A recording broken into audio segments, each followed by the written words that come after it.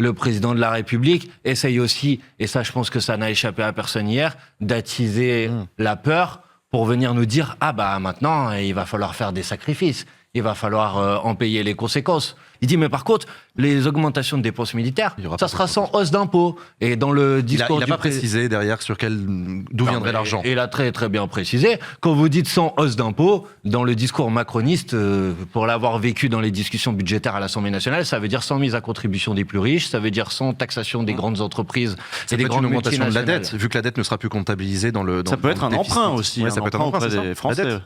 Non, auprès des Français eux-mêmes. Ils avaient évoqué cette hypothèse, mais hier, il n'en a pas parlé. Mais alors oui, j'ai vu que maintenant, on nous dit qu'au niveau européen, on suspendrait la règle des 3% pour les dépenses militaires.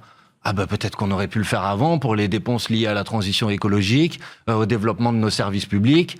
Parce que là, la règle, elle posait pas de problème, elle était indispensable, on pouvait pas la bouger. Et là, par contre, on peut la bouger.